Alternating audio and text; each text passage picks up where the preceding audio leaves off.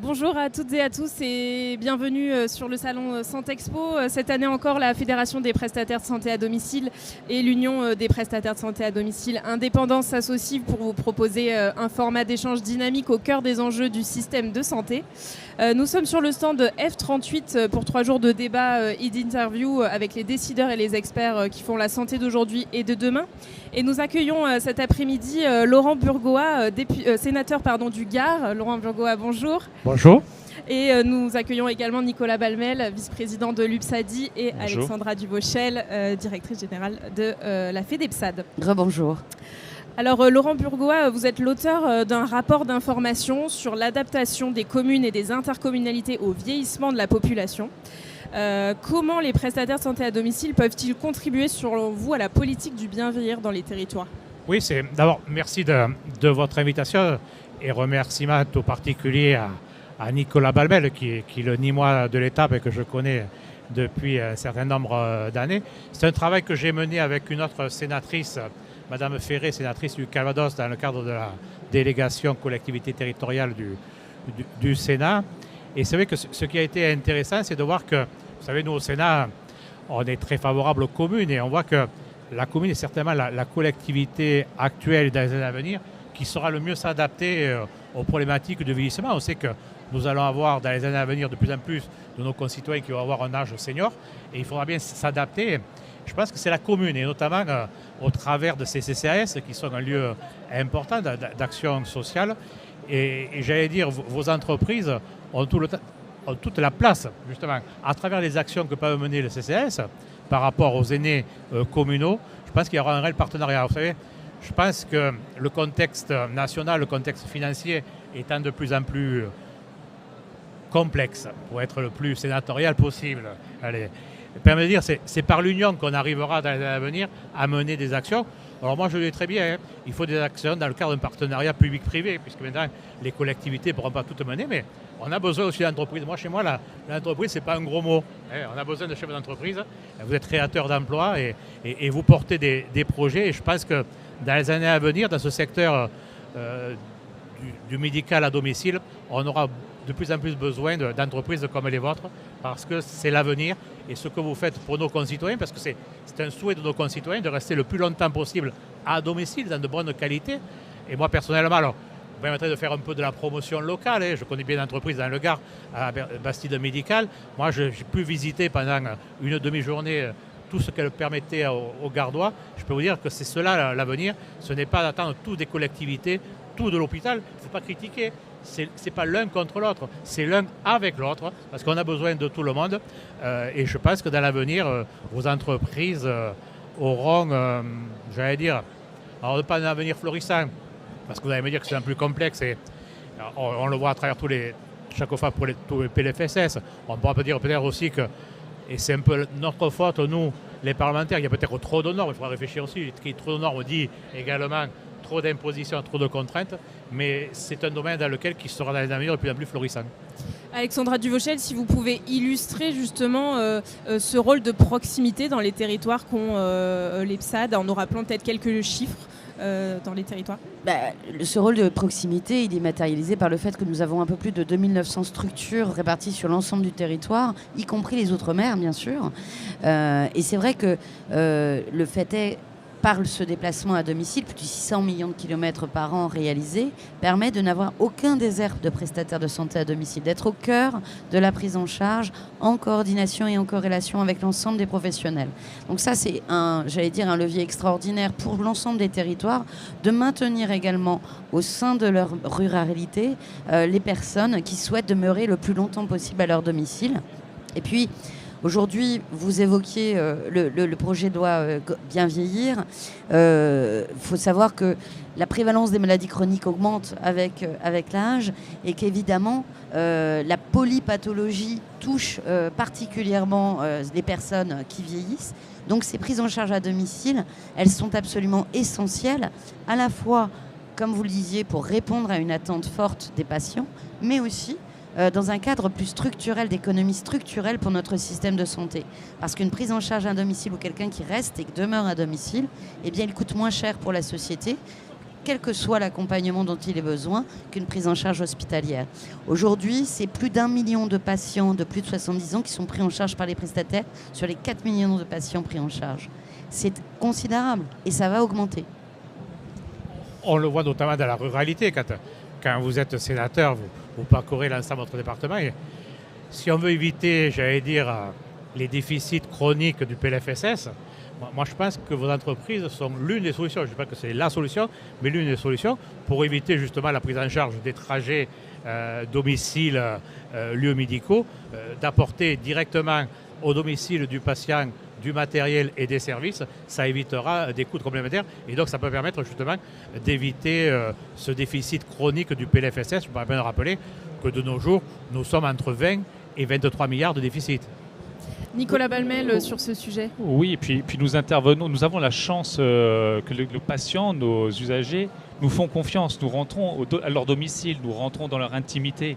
Et c'est vrai que du coup, on est peut-être bien pour pouvoir les connaître leur environnement, les aidants, leur famille, et donc pour éventuellement déceler un début de fragilité, pour éventuellement déceler un problème qui pourrait devenir beaucoup plus important par la suite.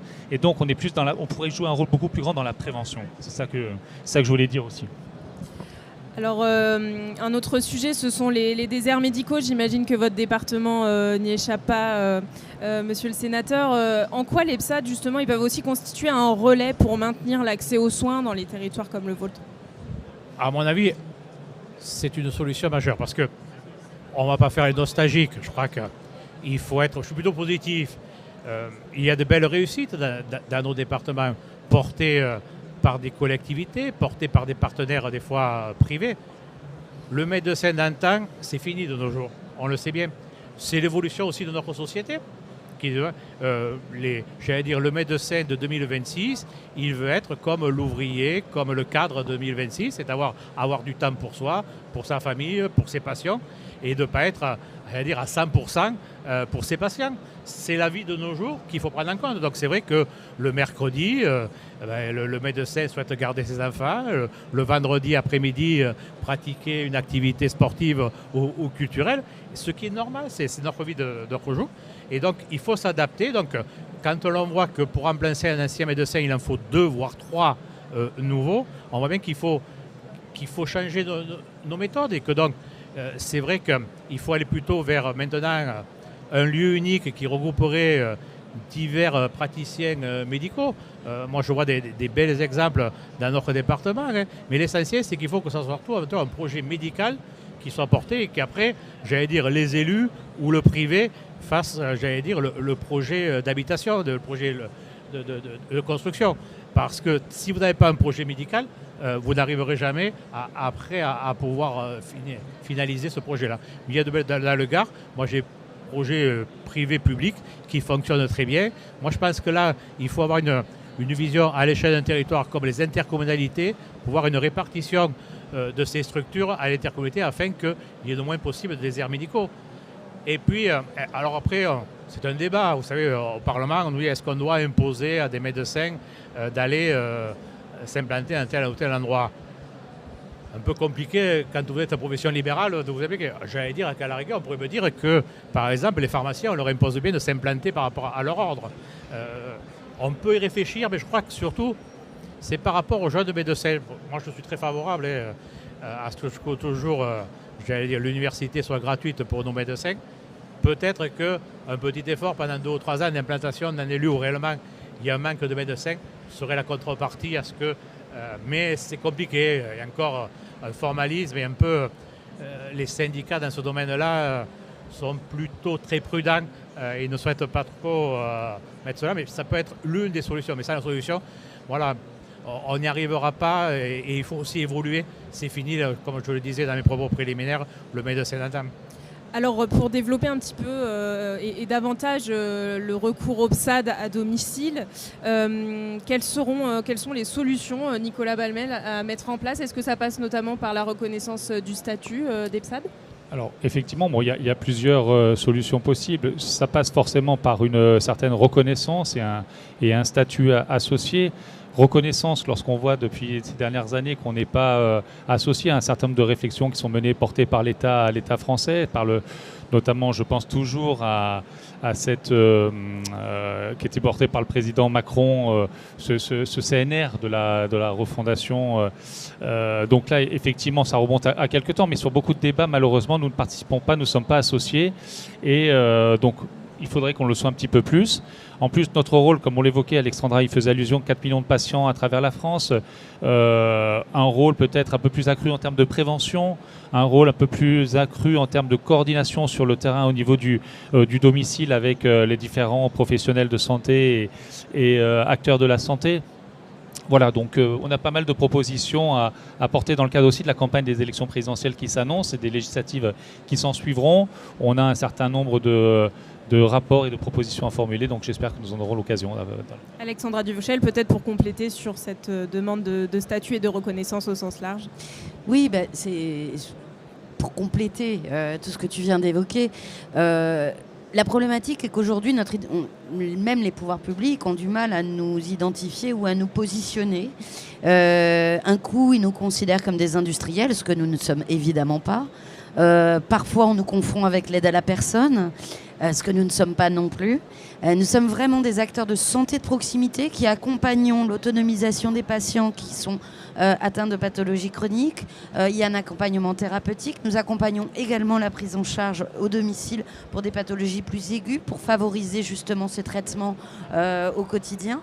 Et tout cela en coordination avec l'ensemble des autres acteurs. Donc, je pense qu'il faut repenser aussi, et vous l'évoquiez très bien d'ailleurs sur cette évolution sociétale des professionnels, elle est à la fois sociétale par rapport aux envies que vous évoquiez, un médecin n'a plus envie de travailler 70 heures par semaine, mais aussi les évolutions technologiques, pharmacologiques, industrielles favorisent aujourd'hui la prise en charge de patients à domicile dans des conditions tout aussi sécurisées, avec des professionnels tels que les prestataires de santé à domicile, qui salarient à la fois des professionnels de santé, des experts médico-techniques qui accompagnent le patient au quotidien et qui garantissent cette coordination et informent le médecin pour qu'il intervienne au juste moment, au bon moment, et donc faire du gain médical.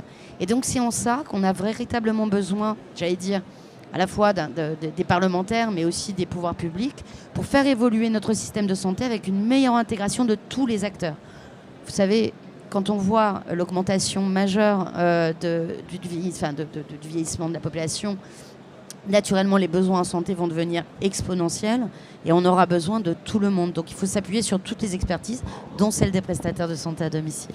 Monsieur le sénateur. Moi, j'ai pu bénéficier dans le Gard, je vais faire un peu de promotion là, une nouvelle fois, mais grâce à Bastide Médical, une immersion dans l'entreprise pendant une grosse demi-journée, où j'ai pu aller voir sur place les différents métiers, aller chez le patient.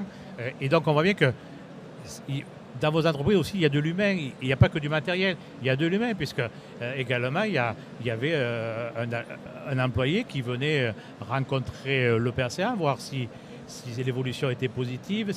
Et donc, ce contact est important aussi. Et moi, je crois de plus en plus, et là où M. Baumel a raison, je pense que dans notre système, il faudrait mieux qu'on privilégie la prévention que le curatif. Notre problème, c'est que de nos jours, nos pouvoirs publics ne réagissent que dans le curatif, ils ne prévoient pas dans la prévention.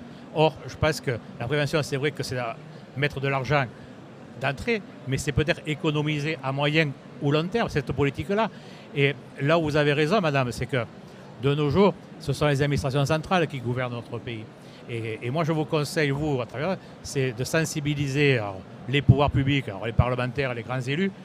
Je crois que pour moi, ça a été très enrichissant, cette immersion pendant une demi-journée dans cette entreprise. J'ai mieux compris cela. Et lorsque M. Baumel me sollicite pour votre profession, je suis toujours sensible parce que je vois bien l'utilité et que, vu la problématique de la désertification, vu la problématique de l'augmentation du vieillissement de la population, je pense que vous êtes l'une des solutions à apporter actuellement et dans les années à venir.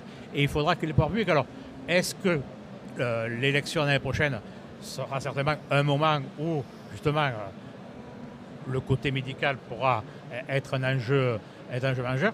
Après, il faut être très clair. Moi, je pense qu'il faut regarder surtout, c'est sur l'impact économique. C'est-à-dire que si on privilégie la prévention, ça fera une économie dans les années à venir. Et je pense que notre pays en a bien besoin des économies qu'on cherche.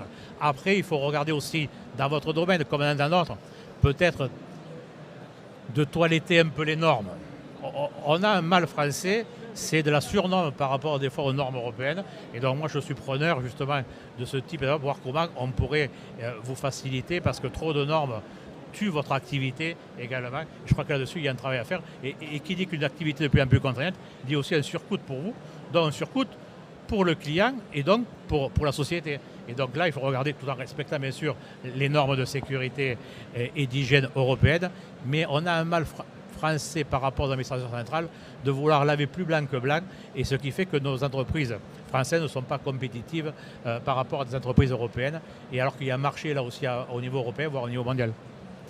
Merci Monsieur le Sénateur. On va conclure cet échange. Merci également à Nicolas Balmel et Alexandra Duvauchel.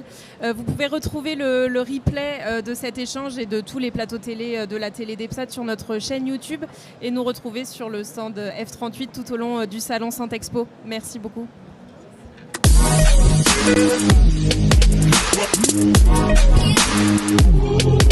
Yeah.